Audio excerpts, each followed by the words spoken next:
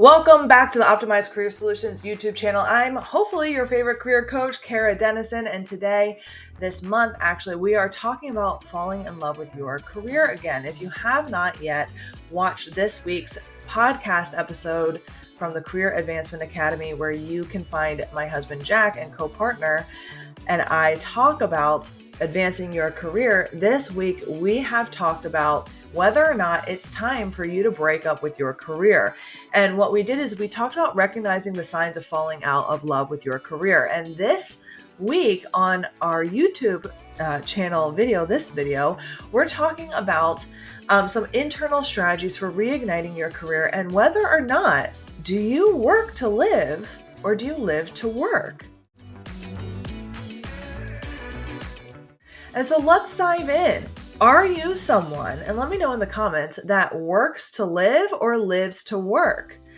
Now, those are two different types of people, and there's nothing wrong with either of them, right? There are some people that you meet and they live to work. They are passionate about their job. They might be called workaholics, but they find their fulfillment in their work. Now, and there are people who work to live, right? They go in, they clock in, they are there to make money in order to feed their fulfillment outside of their job, right? Maybe you have a family that brings you fulfillment, hobbies, personal goals that truly bring you the fulfillment that you're looking for. And neither is wrong. It's just whatever you value the most and what brings you the most fulfillment. But where the danger comes in is when you're seeking fulfillment in an area that's not in alignment for you and you keep looking for it and you're getting frustrated, you're becoming stagnant, and you're trying to squeeze fulfillment out of something that might not be there, when there might actually be alignment there. And so one of the things that I want to talk about today is I was speaking with someone and she really just had this limiting belief that I have to get fulfillment out of my job. I have to really love my job and really live to work, because maybe that's what her parents did. That's what she's being told to do. And because she wasn't feeling those feelings in her role, she thought that she had to go and find a new job. And when I talked to her, I was like, well, okay, tell me about your boss. Maybe the problem's with your boss. And she's like, oh, I love my boss. We have such a great relationship. And I'm like, okay, well, maybe you're not getting paid. She's like, I'm making a lot of money. I actually have, a pension, which is kind of rare these days. And I'm in a really good place with my compensation. I have everything that I need. And I'm like, okay. I'm like, well, what about the work itself? Do you like what you do? And she's like, yeah, I actually get to travel all over the place and I get to do some really cool stuff. And I'm like, well, where's the issue, my friend? You have a job which people would kill for. And when we got to the root of it, it turns out that she had these expectations that she should be getting more fulfillment, more happiness out of this job that was actually meeting her needs. But because it wasn't giving her that spark that she thought she should have, she thought she should move on. And what we ended up getting down into is the fact that, hey, you have a job that pays the bills, that you like, you're not burning out, you're feeling excited. But because of the fact that you are seeking something that isn't there, you're starting to get to that burnout stage because you're looking for something that's not there. And so she was putting in extra hours, asking for extra projects to try and find something that just never was going to be there. And so I asked her, I said, well, what are your values? What really lights you up? And she's like, I love to travel for fun. I love spending time with my kid. I like being in my community. And I said, well, what if you kept your job and instead of living to work, which is what your family and friends are telling you should do, what if you started flipping your mindset and you started working to live? And you do your job to the best of your ability, just like you've been doing now, but that's it, right? You get the money, you work with your awesome boss, you travel as you have for your job, but maybe you extend your work travel, and you add in some personal days in these countries that you travel to. Maybe you use your PTO and spend some more time with your kid. Maybe you let go of that guilt that you're having and you only clock in for the hours that you need to, and you truly just enjoy your time with your family. If you want to spend more time with your community, why don't you go and volunteer somewhere? And this light bulb went off in her head where she's like, I can do that? And I said, yes, you absolutely can. And if you need permission from someone who's in the career space, I give you permission to do that. And so the reason why I want to have this conversation with you is there's a lot of this pressure that's passed down from people and maybe in society, this hustle culture that says that every waking moment needs to be dedicated to furthering your career. And we even have a Career Advancement Academy podcast, right? But I'm here to tell you is that there's two different types of people. And what you really need is to be in alignment, right? Obviously, your bills need to be paid. Obviously, you need to feel comfortable. You need to not be in survival mode at all times, and you need to be in a place where you're valued. But if you get satisfaction and fulfillment out of living to work, great. But if you don't, let's get crystal clear on what your values are and where you can find fulfillment. And let's shift that mindset away from, hey, my job is here to sustain the rest of my life. And so here are a couple key areas that we need to really ask ourselves. If we're trying to find fulfillment from our jobs, let's check in. Do we actually have a good job? Does it give us what we need when it comes to meeting those Maslow's hierarchy of needs, right? How's our relationship with our boss? Is our boss someone that we respect? Is it someone that we can work under? Do we have a general good relationship? Now, when it comes to bosses and people that are in leadership positions, there might not be 100% match. There might be some things that you don't like, but in general, do you have a good enough relationship with them? If they make you miserable, I want you to check in with yourself and do some self-awareness. What is my part in this? And is it because I'm feeling this misalignment and fulfillment, or is it truly them? Are they toxic? Do they lead in a bad way? Are they not a good person? And if that's the case, then yeah, maybe we need to talk about finding more alignment in your career. But if you have a good relationship with your boss, that's great. That's a good thing. Are you being paid a fair wage? Are you being compensated fairly for the value that you bring? If you are, that's a good thing. However, if you are not, I want you to also check in with yourself. Are your spending habits stretching beyond your means? Do you have a budget, right? And the reason why I'm bringing this up is one, so that you can get an accurate picture of your needs and your wants, right? And your spending habits, because whether or not you stay or go and make a move, you're going to need that information when it comes to building out an ideal salary range if you make a move anyways. And additionally, is your work dull and boring, or is it something that you're good at, something that brings enough excitement that you can get engaged and focus on? If so, then that's good enough so that you can find fulfillment outside of work, if that's what we're looking for, right? A lot of times, professionals have this misconception that they have to go into work and be on this high all day long, loving the work they do. The reality is sometimes there's going to be days at work where you don't love the work that you do, where you're just going in order to do the work so that you can go home and do the stuff that you really love, which is being with family, hobbies, etc. Only you can really answer these questions about yourself. Only you can figure out what is lacking in your world. And the great news is that only you can really be in control of your fulfillment. That means that there's some empowerment there, right? No one can take that away from you either. So let's talk about self-reflection and the power that you have there. One, it's really important to understand your values. What do you value and what's your core, so that you can make sure that you're in alignment, right? And you might find that some of your core values are never going to be fulfilled at work, right?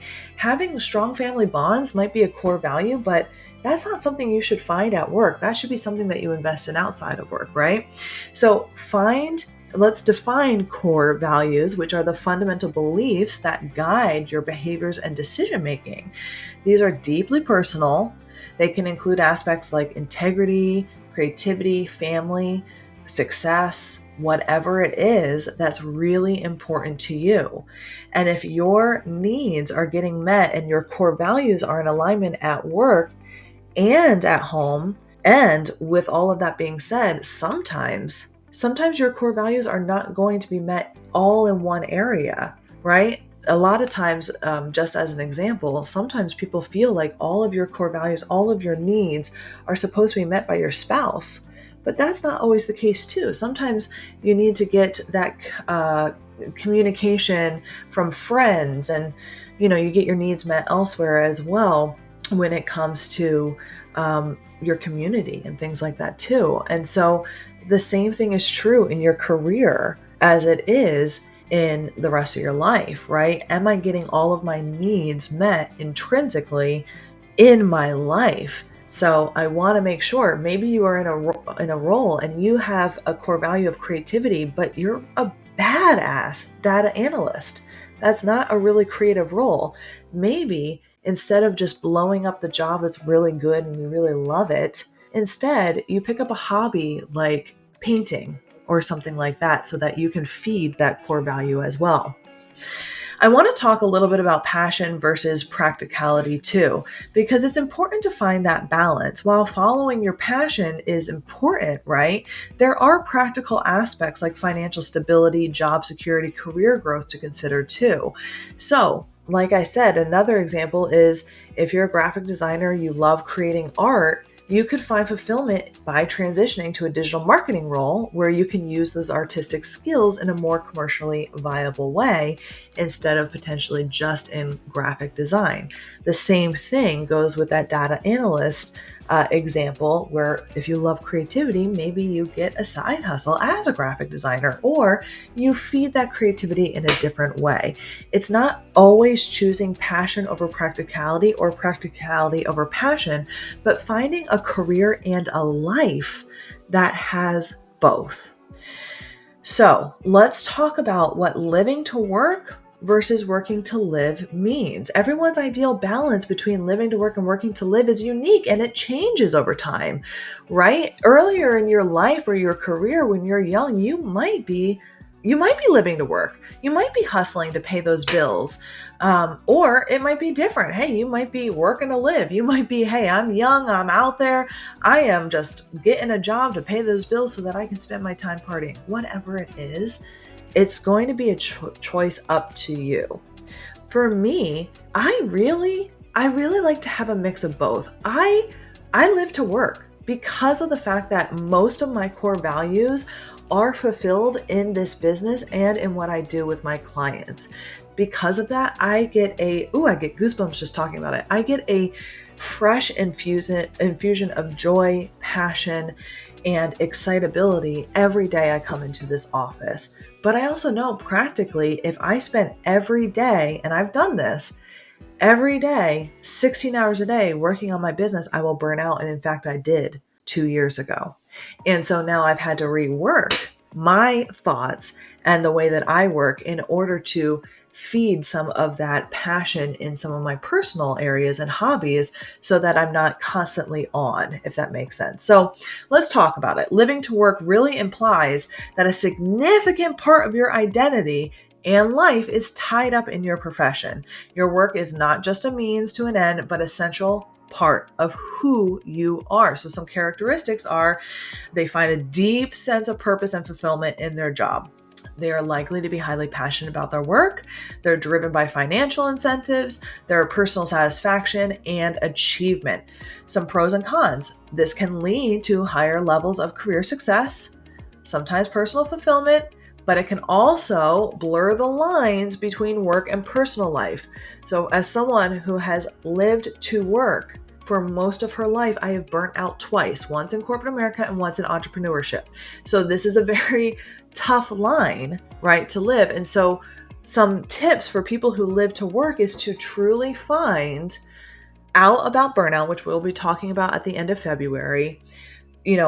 Being careful not to neglect personal relationships, being careful not to neglect your personal health when it comes to physical and mental health, because these things are real problems when people are living to work. And as someone who's done this, it's a tough line.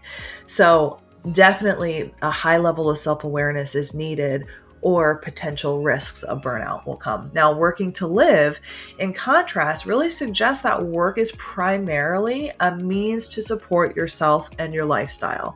They strive for balance, where work doesn't overshadow other areas like family, hobbies, and personal growth, right? This approach can lead to a healthier work-life balance and less stress. However, and it's great. I honestly have been moving more towards this, and I think it's fantastic. It can mean less engagement, less fulfillment at work if the job is merely seen as a necessity rather than a source of satisfaction or fulfillment. So, here are some warning signs if you're just working to live. Yeah. There is a chance that if you're not putting any importance or attention on your career, that you might end up in a job that becomes toxic, or that is in misalignment, or that all of a sudden, without you paying attention, becomes a very big mismatch. So there are pros and cons to both of these. What I always recommend is working to live, but finding a job where you do have alignment and some fulfillment in it. And if those top things that we talked about, you have a good relationship with your boss, you're getting paid for your value, and there's some sort of fulfillment in the things that you're doing, you like what you're doing for the most part, then you're doing great on the career front.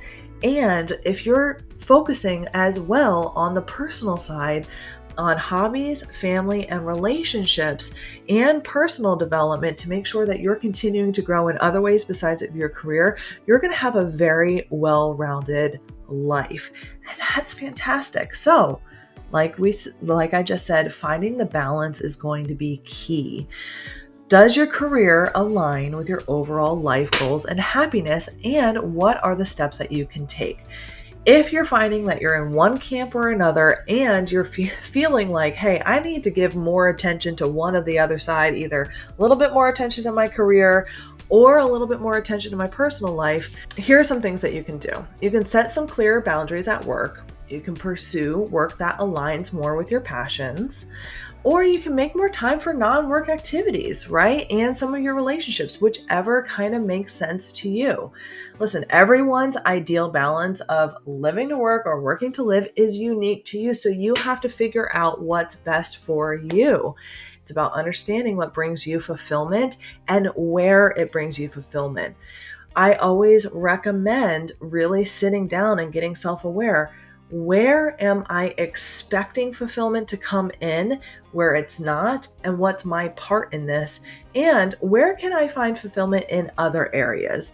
And if I'm feeling really burnt out in my work and I am expecting fulfillment there and it's a toxic place, well then, hey, maybe we need to figure out a way for you to find a new role somewhere else. And hey, listen, we can help you out with that. We're experts in doing that. So I encourage you to reassess your work-life harmony, your work-life balance, and take the circumstances of where you are into consideration. And then you can make some conscious choices to align your goals and your values. Listen, here at OCS, we don't just offer packages, we deliver transformations. Our self-paced courses, we bring the wisdom of lots and lots of years working in HR as a senior professional in human resources right to your screen, with over 1,800 success stories, 500,000 resumes reviewed, thousands of resumes written, and $12 million salary increases negotiated. Our track record speaks for itself.